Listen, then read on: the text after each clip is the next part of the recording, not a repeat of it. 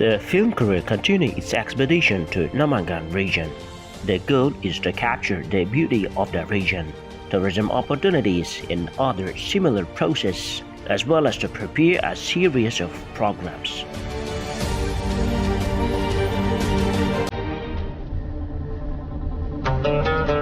In the last issue of the program, they ended the topic while visiting the Museum of Antiquities in the history of AXSI.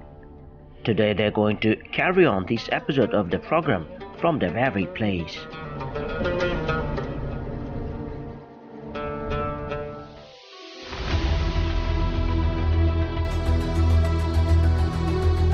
During the reign of Amir Timur, the branch of the Great Silk Road were expanded and security was strengthened. In the Timur Tuzukları, a history work retelling about the military political activities of Amir Timur, our ancestor wrote, "If you roll a gold coin from one end of our borders, not a single coin will be lost until it reaches another end. That is the decent thing to do, and it should end there."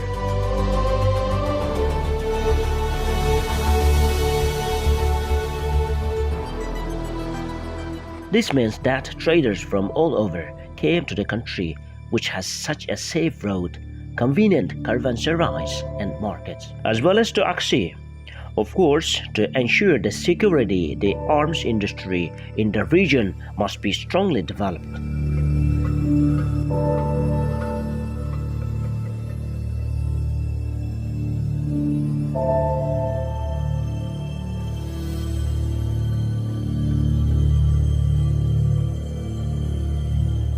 You can see the sign of this in the example of this sword. The AXSI sword, which has been lying underground for years, is still sharp and can injure your hand if you are not careful. Also, it still hasn't lost that famous flexibility of its own. The sword of AXSI is called the sword of Damascus. It was made in AXSI and sold in Damascus. Now, if you take this sword and bend it, it will bend easily, but it will not break. Now, lying under the ground for centuries, even in this old condition, if you are not careful, the blade can cut your hand. It has not lost its sharpness. This sword was so sharp that if you dropped a piece of silk on top of the sword blade, the fabric split into two parts. This sword has even tied at the waist as a belt. It's known as the sword of Damascus because it was taken to Damascus and sold, but in fact, it is the AXSI sword, made in AXSI. One of the most ancient and unique finds in the museum is the millstone, which is also interesting to use. In ancient times, our ancestors put wheat on it and prepared flour this way. It's very ancient. This finding came out during the excavation of the foundation of our new building. In the near future, it's planned to organize a complex of craftsmen in the district. The aim is to restore the craft that has disappeared to this day. In particular, pottery, coppersmithing, textile industry are among them.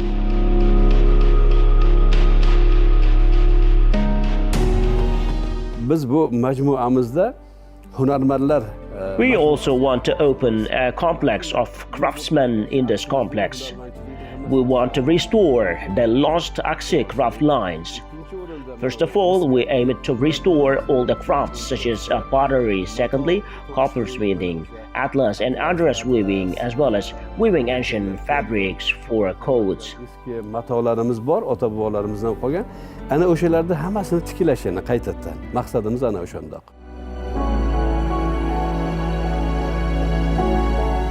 The main issue is the staff working in this craft complex. That is why initially talented local people interested in this field, including young people, are trained in the hands of master specialists in the field of handicrafts, which are preserved in other regions. Later, on this basis of such findings, it was planned to restore the AXSI traditions. Ajdodlarimizdan qolgan hunarmandchilik borasidagi nima an'ana bo'ladigan bo'lsa, o'shani davom ettiramiz. qaytadan yana tiklaymiz. We will continue the tradition of handicrafts inherited from our ancestors. These traditions are present in Chodak, and the pottery traditions are preserved in Rishton. We send young people to those places. Young people learn from those local masters.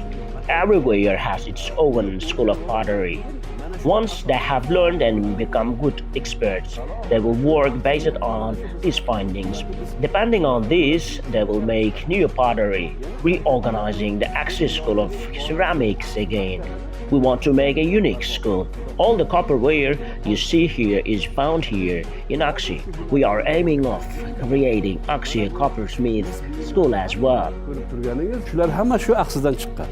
Shu narsalar alohida shuni ham bir AXSIni maktabini yaratish, paydo qilish shunaqa maqsadlarimiz bor.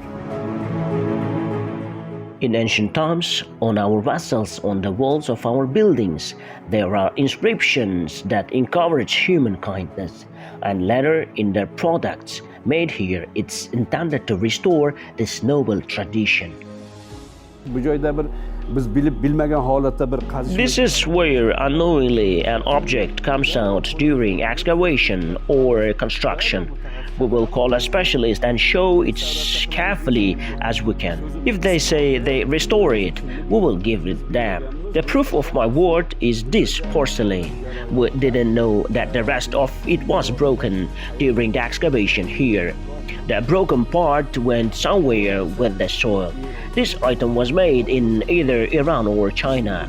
This is considered cast porcelain. Elsewhere, a similar vase came out, but not so beautifully decorated with flowers.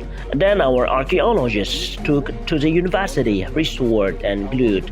Then they brought it to us. Here is very finely crafted jug, very thin. They put the pieces in places and glued them together. These are the things that will remain in the hands of our children and the next generation for centuries. If we demonstrate the unique findings here again, and if the next generation learns from them and asks themselves, whose descendants are we? That is the effect of our history. That is why the nation studies its history. O'shaning uchun millat o'zining tarixini o'rganadi. Most of the items in the museum, mostly the rare ones, were brought by the locals themselves. The goal is to turn AXSI into a huge pilgrimage destination. It's a noble intention that inspires the intellectuals of this town. Bularda ko'pini arxeologlarimiz topishgan. Many of these objects have been found by archaeologists. They defined the period of these objects. During the excavation of our new building, very large tiled pottery from the Timurids period was unearthed. We have now applied to the Department of Archaeology of Namangan State University for study. They are restoring the artifacts there. The people of AXSI village have their own history. The locals brought these items voluntarily. They kept them carefully in their homes. If necessary, they kept these things for some centuries in their homes as a memorials from their ancestors. Our people are not one who sell these things for money and any material gain. Our people who feel this are bringing such unique items in response to our cause. We want it to be the property of our future generations as much as we can. These are all material evidences that retell us about our history. Shular so'zlaydi biz tariximizdan. In AXSI, most of the work that serves the public interest is done jointly in solidarity and consensus. In particular, the mosque next to the museum is being built by Hashar, collective work. The expedition crew finish its work at the museum and go out to film the construction of this site. Through the work process here, they have once again realized how important knowledge, modesty, and genealogy play in human life and how a united nation can perform any difficult task. The people participating in the Hashar, from the oldest to the simplest worker, have a kind of gentleness.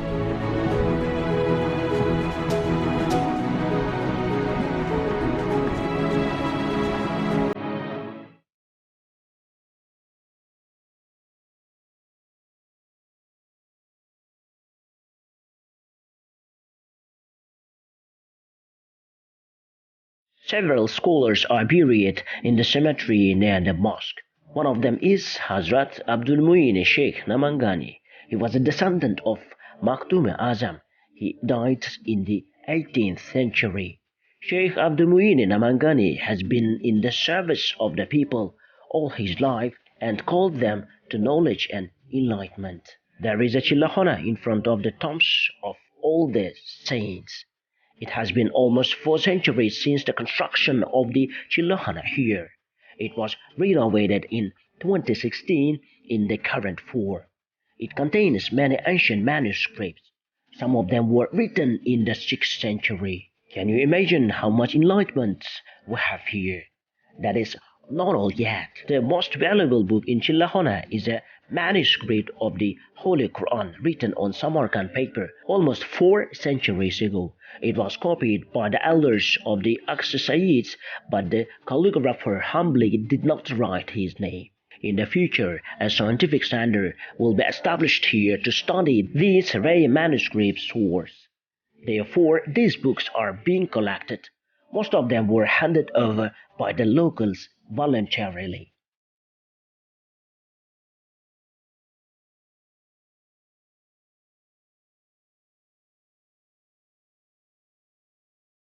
Thus, the filming of the ancient AXSI, where Umar Shaikh Mirza was born and where our great Babur was born and raised, came to an end. The conclusion is that the stone has a huge source of pilgrimage tourism, both materially and spiritually, and scientists and the united people have enough passion and enthusiasm to achieve the goal. Hopefully this corner will soon become a pearl of the valley.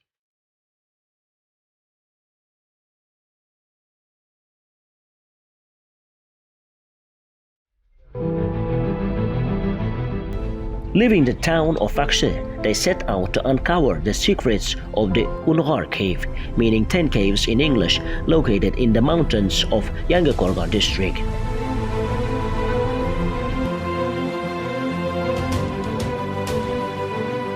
This cave is not much on the map of our country. Once they reach the address, they will ask the local experts why this is so.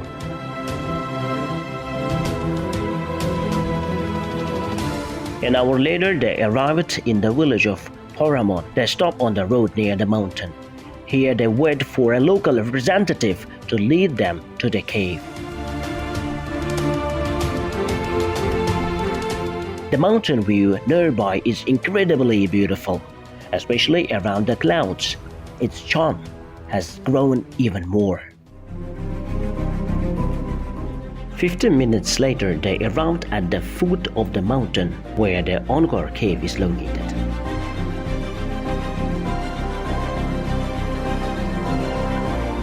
As for the history of the Ongar cave, we have heard that there were 10 caves.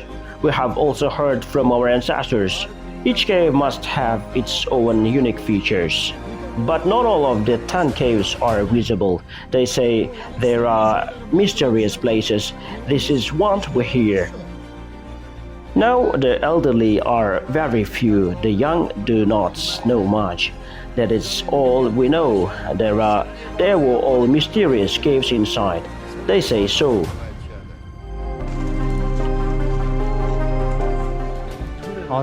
Now we are going to Ongar cave with our team. It's 30 meters long and there are 10 similar caves. Therefore, it's called Ongar and 10 caves. It's the closest and the longest. Before, this cave was very long. It has a history of about 1700 years. 1700 years ago, it was open inside. From this cave, people crossed to the other side of the mountain. Tog'ning narigi tomoniga odamlar o'tib qaytgan.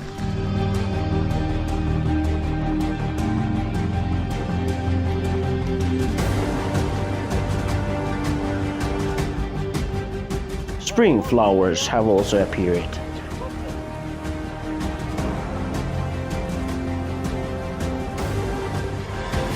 As they climbed the mud hill, a large ditch appeared in front of us. They are going through it was difficult. They are going through it with difficulty. The shoes are pretty wet here, but these processes are very interesting. They move forward as their joy increases.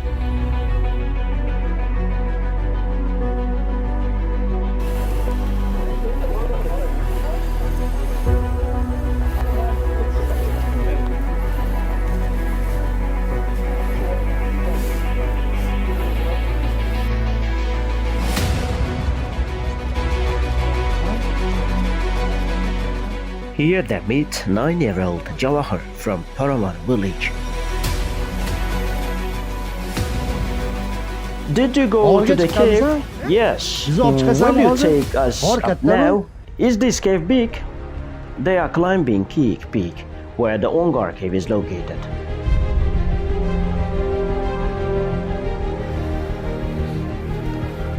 The other side of these mountains is the territory of Kyrgyzstan.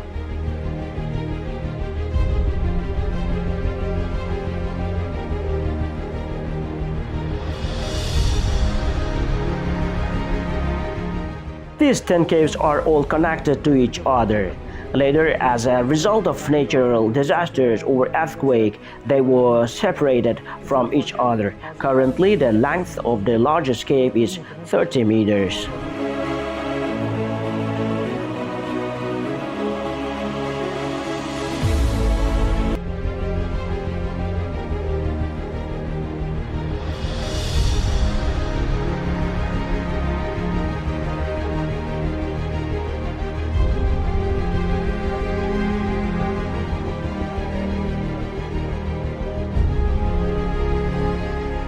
From here, the mountain's healing herbs begin to appear. At first, ephemeras appeared everywhere. After climbing a little higher again, they come across a rhubarb at almost every step, also called a gulbara. The rhubarbs have become much larger. This plant is called rhubarb. This is a perennial plant. It comes out every year in early spring. It blooms in late May, early June. Here they breathe a pure mountain air. You can be satisfied with food, water everywhere, anytime. But you don't always get enough fresh air. When they reach the very top of the mountain, they begin to enter through the clouds. As they walk a little through the clouds and look back, the lowlands are completely invisible. The village below is not seen. The clouds are coming. Isn't this fog? The scenery is unique. In the past, they often would see this situation while they were flying. Now they can also hold the clouds with hands. Now it's the daytime. If it were morning or evening, this cloud would be magically painted by the sun's rays.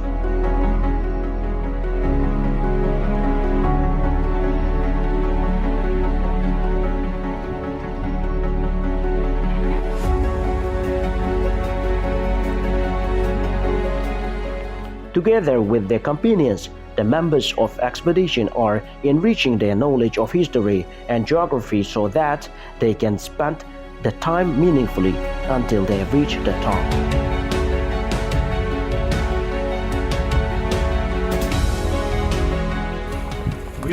This is also a cave, a small cave.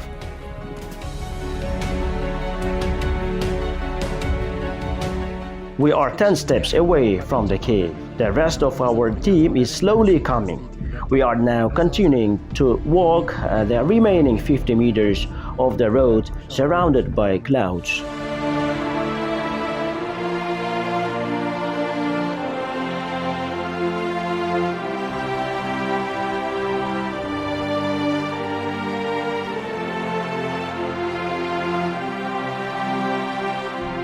Here they are at the Ongar cave. Here they are waiting for the rest of the team to arrive. Therefore, are coming in a row. At that moment, the director falls down. He doesn't fall hard, but hurt his leg pretty bad.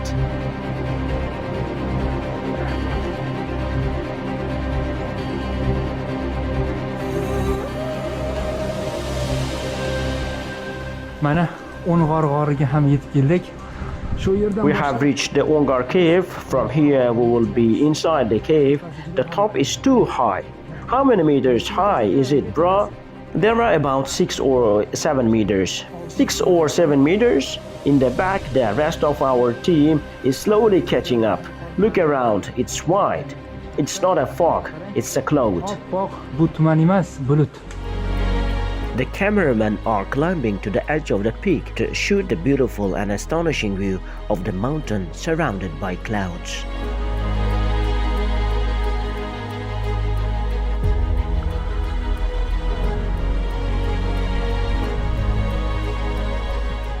All the companions arrive.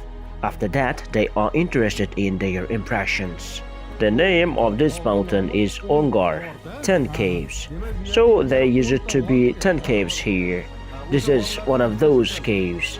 I think that in ancient times, in order to protect themselves from invaders, people came to such places as it could be one of the fortifications where they were temporarily hidden until the invaders left. I did not go up to this cave. There is a smaller cave in the village of No. I went out there. It was a bigger and wider cave. It's possible to enter another 4 or 5 meters. Impressions are very good. The weather is different. They say you can enter 30 meters. Yes, I heard that there are 10 caves on this mountain. Any more else?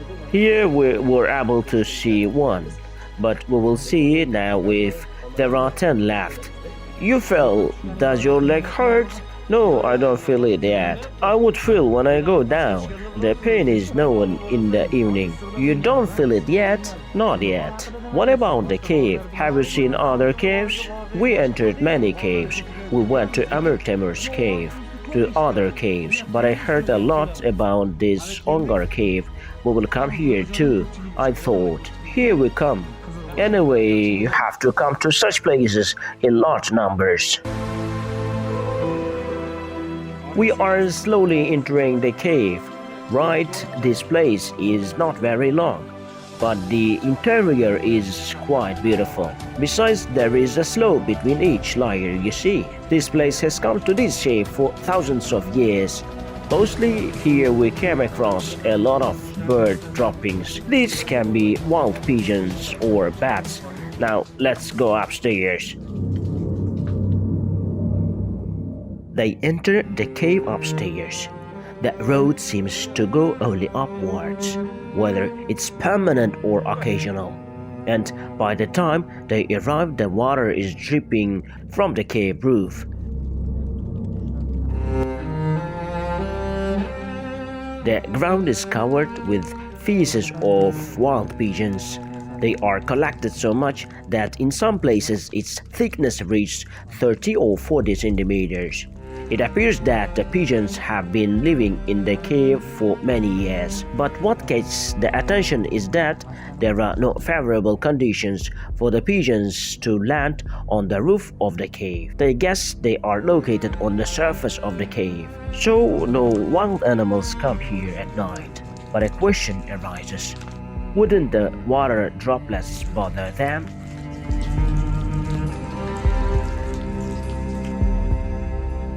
In conclusion, this cave has been home to many birds for many years, but looking up, we see there is nothing like a tree where ordinary birds fly or no suitable places for them to land. That is why there can be bats here. If you look up, it reminds you of Amir Timur's cave. Behind us, we can guess that the stones blocked the road because the cave suddenly came to an end, as if the stones had fallen. It was like a corridor, but the stones seemed to cover the corridor.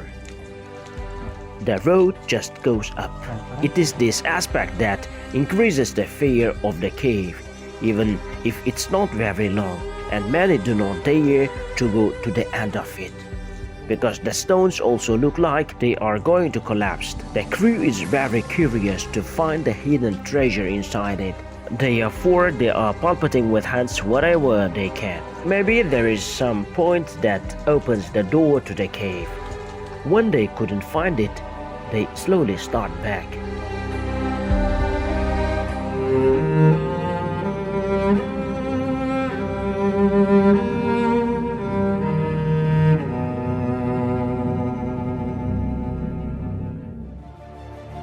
sekin-asta mani tasvir We are slowly finishing the filming and going down the cave with our team. They come out of the cave, turning back to the way they have come.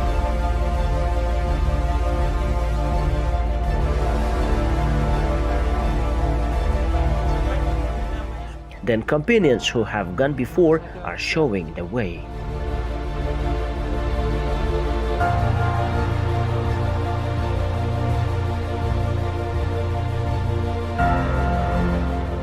When they come to the half of the mountain, they look around. From here, the whole village appears at a glance. Around Ongar, there are the villages of Yangikorgan, Paramon, Mamay, Chartak, Hazrati Shah, and behind is the Republic of Kyrgyzstan. When they all go down, they go to the apartment where the poet and coach Rabbiddin Isakov, the pride of Paramon village, lived and worked.